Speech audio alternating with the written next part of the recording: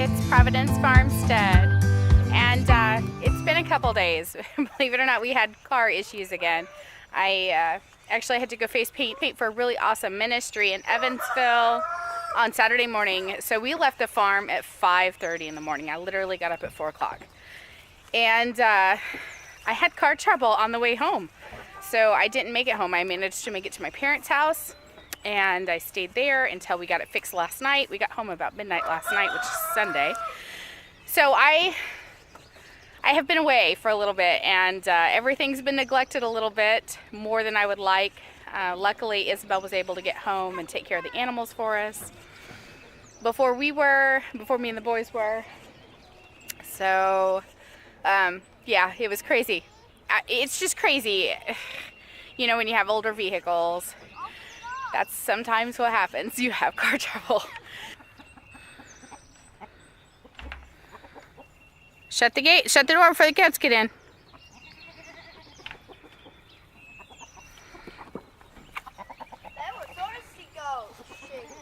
Thirsty chickens. I'm sure Isabel didn't think about bringing water up for him. So I literally have not seen this since Friday evening. Hopefully today we can get some work done on it. We gotta wait for it to dry out a little bit so we can get in there and clean it up a little bit more and then work on it. Which I have some more. Oh no! These cauliflower plants were seeds from Jess at Roots and Refuge. Started by Chris from Single Dad Homesteading, and I got them at the Stivers Homestead while we were all there a couple weeks ago. But I'm starting to put heads on, guys, and I don't know, should I pinch those off? Or are they just, I don't know. I know they need to grow a whole bunch more, but since it's, I don't know. Like on a tomato or a pepper, I would definitely pinch it off, but I don't really know anything about cauliflower. Oh boy.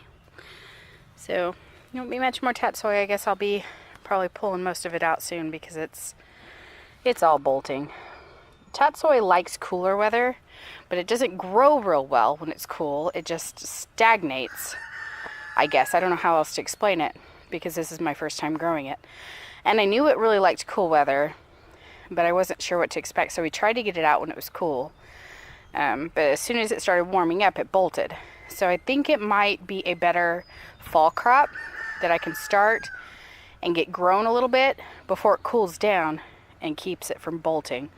It's something it's a crop that I saw on Elliot Coleman's Four Seasons Farm videos, and I thought, ooh, that sounds wonderful. I have maybe a little more than a third of my big tomatoes out right now. It's a little breezy. They don't usually like the wind, so I didn't want to bring them all out just yet. But they needed to be outside badly. And they need to be in the ground super badly. You guys, I am so tired. We had an electrical problem with the excursion, and it took it to town to make sure it got fixed yesterday. Ended up having more problems.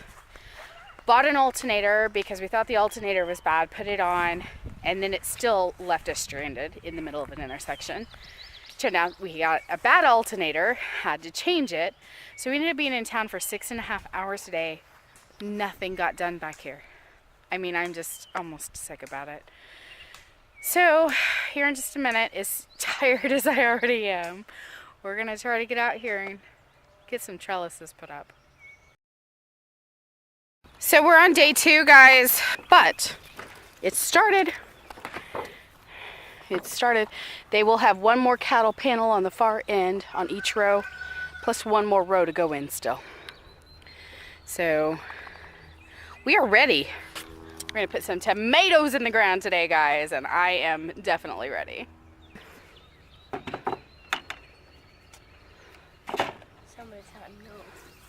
Are you ready? You're gonna run, remember? Come on off.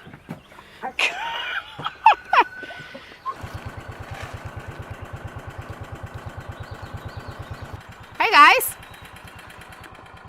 Are you cozy up there? Must Just be helping Sissy with chores. Running with the water jug.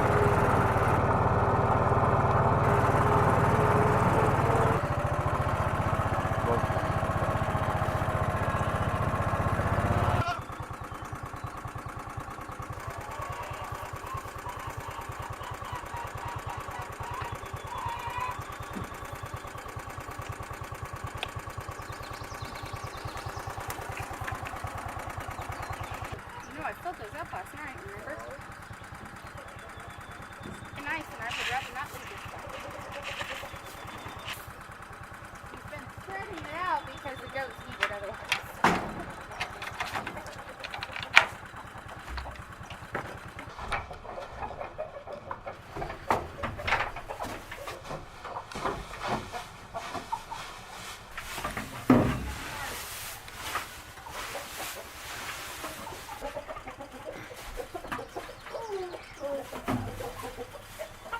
Okay.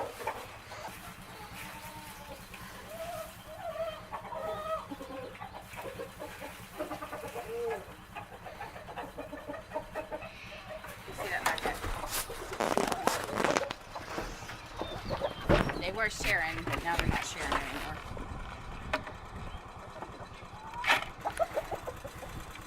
Here, Bina. There you go. Glenda, just eat out of the one with your sister. You girls. Musical balls.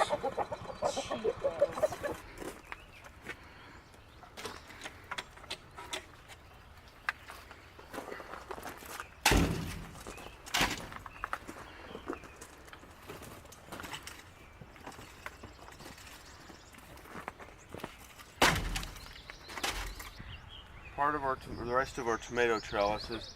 We put these up last night it was almost dark, so she didn't bother getting any video. But we're going to put in one more row back here. There's 3 cattle panels, and then just like on this side. And then we're going to extend it another one more cattle panel, so it's 16 feet. Going this way once I get the garden tilled in and to get some other plants in there. Look, we got milk. That's a lot of milk.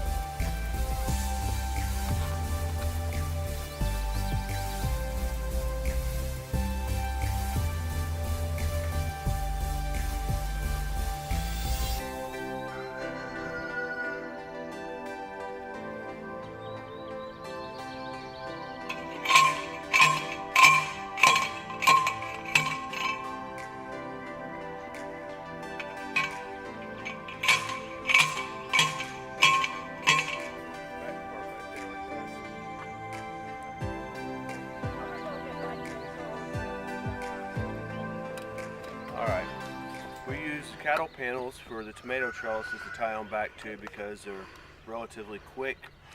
You can reuse them over and over again. They're not overly expensive. When we put them up, I set them up on my foot to get them off the ground a little bit, because they don't need, you need more height with the tomatoes. Another 3 or 4 inches might help you out with, maybe not. Usually put them on with zip ties because they're cheap and they're fast, and at the end of the year it doesn't have to be overly sturdy. We're not building a 10-year fence. It's a 2 or 3 month tomato trellis. So at the end of the year we can just come with a pair of side cut diagonals, clip these off, and then store everything for the winter. Get our cover crops tilled in and put on and all that. So that's why we do that. I guess I'm rambling now. So we space our tomatoes 18 inches apart. I still have quite a few to come out. You can see they have needed to come out for a long time. They definitely want to be outside and growing in the ground. Very. I think I might be breaking them though. Well, don't get them too close. We got boys that are clipping, finding a thing to do. Okay. Something for me to do. Totally That's right. Totally unnecessary, but we want to do it. That's okay. All right.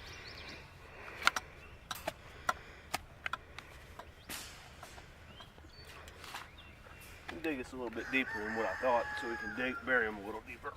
Yeah, they need to go in quite a bit. They can go 2/3 of the way in the ground. And as leggy as some of them are and falling over, that's what they need to have happen. It's a lot of holes. Maybe we need to get a post hole digger, like for the tractor. Alicia's idea of a shovel? Digging big holes. Come on, guys.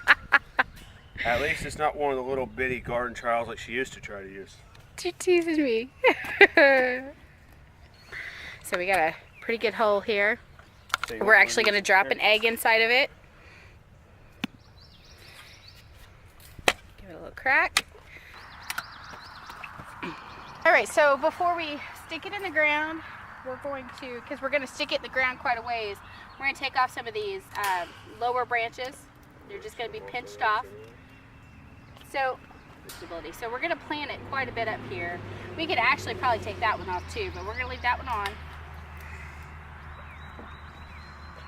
Tomatoes will grow roots out of the stems and out of the branches.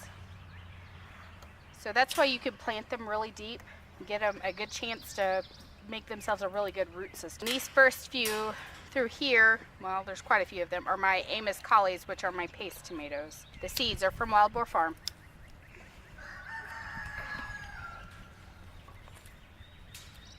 Spacing on these rungs are 6 inches, 1 and 18-inch spacing. It's a lot quicker just to go 1, 2, 3. Know where your spacing needs to be. I've probably cut like 20. Earlier when Matt was digging the first hole, he pulled a radish through the fence over there. Gabriel enjoyed eating it, didn't you, buddy? Yeah, it wasn't really spicy. It wasn't too spicy because it was good and young. And then I have some spicy, they're called sugar peach. They're spicy, like pale orange. Can come in handy, just don't tell her I said that. I turn around and you're using my shovel. I see how you are.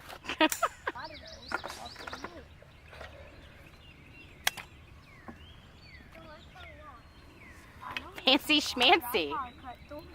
You want to be a hibachi cooker, don't you? Throwing eggs in there and smashing them in the air. Meanwhile, I'm still laying out tomatoes, trying to get them together, the varieties together, so we can keep track of them. And there's tomatoes all over my house, so it's been quite a chore trying to get them all together. Don't just put tags on them? Color code your tags to the variety? Yeah. Well, I don't think they make enough colors to do all of the varieties I planted. Because I'm not even sure. There's like, I think 25 varieties of tomatoes out here. They Well, color them with a colored marker or stripes or some shape or form.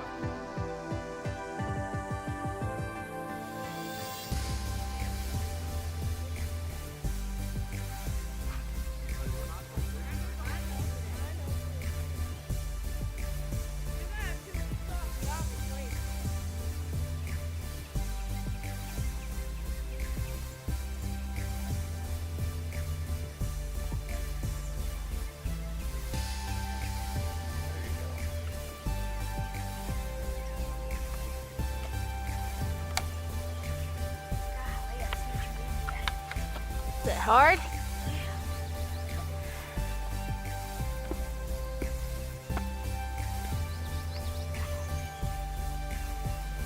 Big hole, you need a big tool.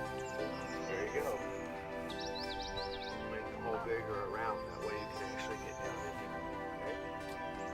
So you go out, when you start getting heavy, it's got the dirt on it, dirt off. You come out here, and go down like that. Then you get your dirt out. Then you can get down deeper easier. Sometimes you have just a little bit more. Put in the ground, I know. But there's not a whole lot I can do about that.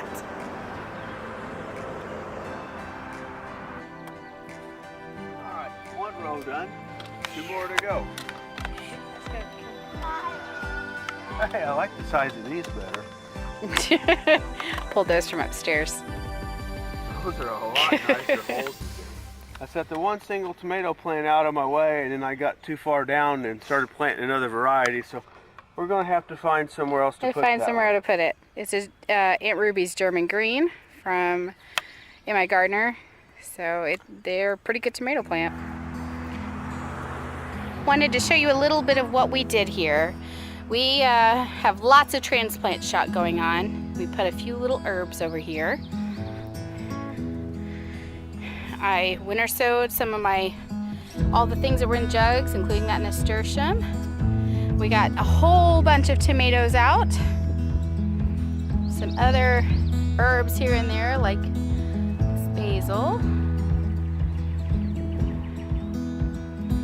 And then on the end here is a couple tomatillos. We still have a little space here.